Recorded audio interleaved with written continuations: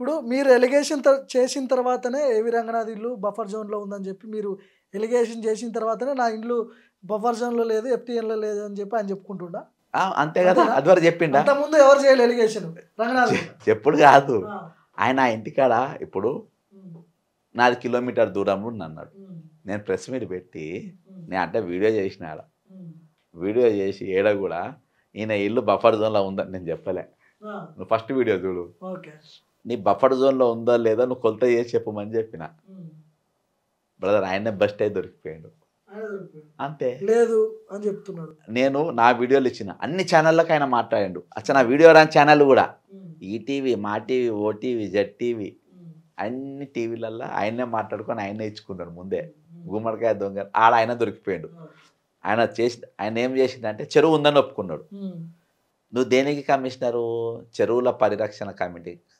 దానికి కమిషన్కు నువ్వు కమిషనర్ ఆ చెరువు ఎక్కడ ఉంది నీ మార్పు ఎక్కడికి వెళ్ళి మొదలుకి కావాలి నీ ఇంట్లోకి వెళ్ళి మొదలు కావాలి ఫస్ట్ ఇల్లు కూడా కొట్టుకోమంటారా కాదు నీ ఇంటికంతే మొదలు కావాలి నీ ఇల్లు లేదబ్బా రంగనాథ్ గారి ఇల్లు లేదు పక్కన పెడదాం రంగనాథ్ గారి ఇల్లు ప్రక్షాళన నీ ఇంటికంచెని మొదలు కావాలి కదా నీ ఇంటికాడ చెరువు ఉందని నువ్వు ఎందుకు చెప్పలే కృష్ణకాంత్ పార్క్ చెరువు ఉండే అని నువ్వు ఎందుకు చెప్పలే నంబర్ 1 నీ ఇల్లు కిలోమీటర్ దూరం ఉన్నది మీటర్ దూరం ఉన్న ఇంటికి నోటీస్ ఇచ్చినావా ఎందుకు ఇవ్వలేదు వానికి నోటీస్ ఇస్తే నీ ఇల్లు బఫర్ జోన్లో ఏందో లేదో వాడే చెప్పు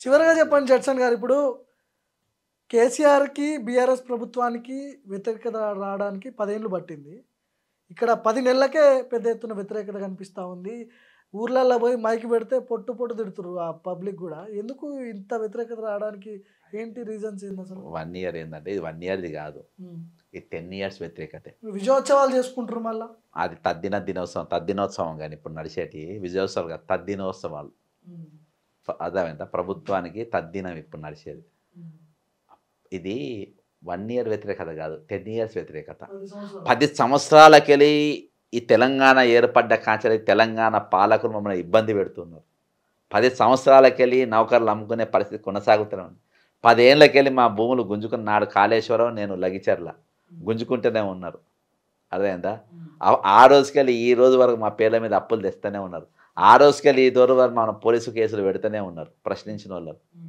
అదే ఆ రోజుకెళ్ళి ఈ రోజు వరకు మనం ప్రశ్నార్థకనే పెట్టినారు ఆ రోజుకెళ్ళి ఈ రోజు వరకు పేపర్ అడ్వర్టైజ్మెంట్లు ఇస్తూనే ఉన్నారు మా పైసలతోని లక్షల రూపాయలు పెట్టి అర్థమైందా నేను ఇందాక ఒకటి ఇంపార్టెంట్ చెప్పలే ఇలా దాదాపు మొన్నటికెళ్ళి కొన్ని వందల అడ్వర్టైజ్మెంట్లు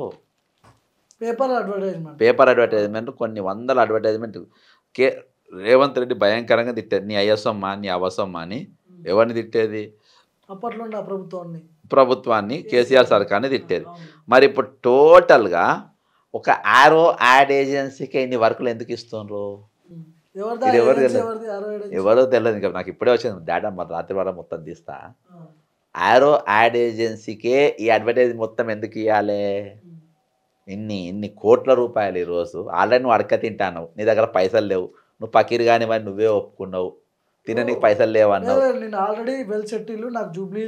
ఈయనంటలేదబ్బా నేను రాష్ట్రాన్ని అంటున్నా ఆల్రెడీ నా రాష్ట్రం పకీర్ రాష్ట్రం నా రాష్ట్రం అడక తినే రాష్ట్రం నా రాష్ట్రం అప్పుల పాలైన రాష్ట్రం వడ్డీలు కట్టడానికి కూడా పైసలు లేని రాష్ట్రం అని నువ్వు చెప్పుకుంటా ఓదికి అడ్వర్టైజ్మెంట్తో ఓదికు 1,50,000 కోట్లకి అయితే ఇది చేస్తావు ఎందుకు ఈ రెండిట్లలో అయినా పైసలు వస్తాయి కాబట్టి పేద పిల్ల సోషల్ పిల్ల వీళ్ళకు అన్నం పెడితే వీళ్ళకి మెచ్చార్జ్ పెడితే కమిషన్ రావు మూసి కడితే కమిషన్లు వస్తాయి అర్థమైందా అడ్వర్టైజ్మెంట్లు ఇస్తే కమిషన్లు వస్తాయి వీళ్ళకి ఇస్తే ఏమొస్తాయి నేను వీళ్ళకి ఇయ్యా మరి చిల్డ్రన్స్ డే పిల్లల ప్రోగ్రామ్ చేయాలిగా ఎట్లా సార్ అంటే మన పిల్లలు పట్టుకొద్దాము అలా మంచిగా తిని ఉన్నోళ్ళు ఉంటారు కదా వాళ్ళతో చేద్దాము వీళ్ళతో ఎందుకు చేయాలి వీళ్ళతో ఒక రాష్ట్రానికి ఉన్న ఒక రాష్ట్ర ముఖ్యమంత్రిపై మీరు ఎలిగేషన్స్ చేస్తున్నారు బ్రదర్ నేను ఇక భార్గవ్ నేను ఒక్క ఎవిడెన్స్ ఇగో ఇవి ఖాళీలు ఇగో ఇది నేను ఏ ఎవిడెన్స్ చూపించాలి నీకు ప్రతి నేను ఎవిడెన్స్ లేని మాటే మాట్లాడాలి ఇవాళ దాకా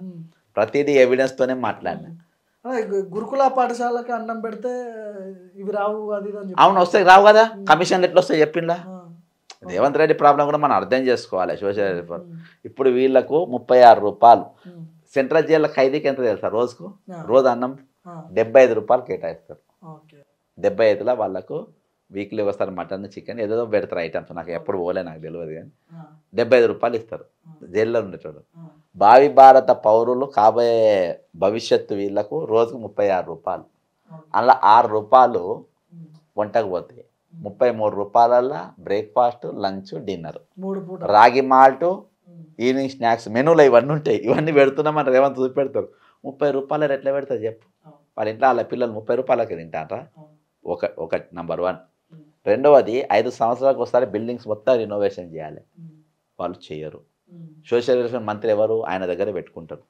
మరి వీళ్ళ వాస్తవానికి వీళ్ళకి ఇస్తే అన్నం పెడితే కమిషన్ రావు. అదే నువ్వు మూసి ఇచ్చినావు అనుకో కమిషన్లు వస్తాయి, అర్థమైందా? నీ కాంట్రాక్ట్ ఈయనకి ఇచ్చిన పైసలు వస్తాయి, పేపర్ యాడ్స్ ఇచ్చినావు అనుకో డబ్బులు వస్తాయి. వాటి కోసం అవి వీళ్ళకి ఇస్తే ఏమో రావు కదా. అందుకని నేను ప్రతిదీ ఏది ఉన్నా కానీ నేను ఎవిడెన్స్ అన్ని ఖైదాలు పెట్టుకొని నేను కూర్చుంటా. ఇంతగానం చేస్తున్నారు మీరు పోరాటం, మీకేం థ్రెట్ అనిపించలేదా? రేవంత్ హయాంలో జడ్సన్ జైలుకు పోతాడేమో అనిపిస్తుంది బ్రదరు. ఇంతమంది చచ్చిపోయిండ్రు, చిన్న చిన్న పిల్లలు చచ్చిపోయినరు, అర్థమైందా? మన వయసు చూడలే, వాళ్ళు ఏం చూడలే, ఆడుకునే పిల్లలు, అర్థమైందా? మనం లైఫ్ చూసినాం, ఫ్యామిలీ చూసినాం, అర్థమైందా? అన్నీ చూసినాం. అటువంటిది ఏం ఇంకా లైఫే స్టార్ట్ చేయని పిల్లలను చంపేస్తుంటే మన లైఫ్ కోసం చూస్తామా? అంతేనా? చూస్తామా? వాళ్ళ మనిషి అంటారు అసలు? ఇటువంటి పిల్లల్ని నమ్మి మేము మా పిల్లలకు అన్నం పెట్టలేము, మా పిల్లలను సరైన ఇంట్లో ఉంచుకోలేము అని నీ చేతుల వాళ్ళ పిల్లల భవిష్యత్తు, వాళ్ళు ఆడుకునే పిల్లలను చూసుకుంటా తల్లిదండ్రులు లైఫ్ గడుపుతారు. మేము చూడకుండా పర్వాలేదు, నీ పిల్లలను తీసుకొచ్చి నీ చేతిలో పెడితే నువ్వు ఏం చేసినావు? నా పిల్లల్ని చంపినావు, నిర్దాక్షిణంగా చంపేసినావు. 48 peoples deaths are brutal murders of Telangana government. ప్రభుత్వ హత్యలు అవి. నా పిల్లని నమ్మి నీకు ఇస్తే, నేను అన్నం పెట్టలేనా నీకు ఇస్తే నీవు వీళ్ళని బ్రూచువల్గా చంపినావు. మరి సెంట్రల్ జైలుకి ఎందుకు ఇస్తుంది 75 రూపాయలను నన్ను అడగాలే. సెంట్రల్ జైల్లో రేవంత్ రెడ్డి ఉన్నాడు కాబట్టి ఒక ఖైదీగా తాను అనుభవించిన కష్టం ఇవ్వడానికి రావద్దని. ఒక కవిత తిహార్ జైల్లో ఉన్నది, ఆమె పడ్డ కష్టం ఇంకో ఖైదీ అనుభవించద్దని. నేను మళ్ళా ఎప్పుడైనా జైలుకు పోవచ్చు కాబట్టి నాకు సౌకర్యాలు ఏం తక్కువ కావద్దు, అందుకని 75 రూపాయలు పెంచిన. మా రాజకీయ నాయకులు మేము ఎప్పుడైనా జైల్లో పోవచ్చు కాబట్టి మాకు సకల సౌకర్యాలు ఉండాలంటే దాని మెస్ ఛార్జీలు పెంచాల్సింది. ఇంట్లో మేము పోం కాబట్టి మేము పెంచాం, సెంట్రల్ జైలుకు మేము పోతాం కాబట్టి పెంచాం. రైట్. చివరిగా చెప్పండి, రేవంత్ రెడ్డి ప్రభుత్వానికి కావచ్చు, ముఖ్యమంత్రికి కావచ్చు, మిమ్మల్ని అప్పట్లో జడ్సన్ ఒక యావరేజ్ లీడర్ అని చెప్పి పొగిడినట్టున్నాడు. ఒక ఇంటర్వ్యూలో చూసిన నేను, ఆయన ఇంటర్వ్యూలో. మీ ముఖ్యమంత్రికి కావచ్చు ఏం చెప్పదలుచుకున్నారు మీరు? చివరిగా చెప్పండి, క్లోజ్ చేద్దాం. ఈ నెట్వర్క్ అయితే చెప్తాము, ఆయన వినేటట్టు లేరు కదా, అసలు ఏం చెప్తాం? ఆయన చెప్తేనే వాగుతూనే ఉంటాడు, అసలు ఏం చెప్తాం? బ్రదర్ ఇగో బ్రదర్ వీటిని ఎలిగేషన్స్ అనద్దు దయచేసి, ఇవి సత్యాలు. ఎలిగేషన్స్ అంటే సాక్ష్యం లేని దాన్ని ఎవిడెన్స్, సాధారణమైన ఆరోపణలు, ఎలిగేషన్స్ అన్ని ఆధార మ్యాపులు అన్ని ఇన్ని మీకోసమే పెట్టుకుంటే ఇవన్నీ రాషన్ పెట్టినట్టు పెడతా. మరి ఇంకా ఎలిగేషన్ వాస్తవాలు, కటిక నిజాలు ఇవి జీర్ణించుకో శక్తి ఉంటే నేను ఇవాళ కూడా చెప్తున్నా. నేను ట్విట్టర్లో పెట్టిన, బ్రదర్ మన రంగనాథ్ గారు మీరు చర్చకు రాని నాతో నేను నిరూపిస్తాను అన్ని తప్పులని చెప్పిన. ఆయన ఆఫీసులలో ఆయన తిరుగుతా ఉండు, యూట్యూబ్ ఛానళ్ళకి ఆయనే తిరుగుతుండు. ఈ 10 నెలల్లో ఉన్న ఈ వ్యతిరేకత ఇట్లనే కంటిన్యూ అయితే 28లో పరిస్థితి ఏంది? ఏది 28లో ఇప్పుడు ఎలక్షన్లు అయితే అక్కడ దాకా పోతుందా? ఇప్పుడు ఏమో నాకు డౌటే. ఎందుకంటే ప్రభుత్వం ప్రజల తిరుగుబాటు మొదలైంది. 29 జీవో 10 ఏళ్ల పాలన రిజల్ట్ అది. లగిచర్ల కూడా అదే.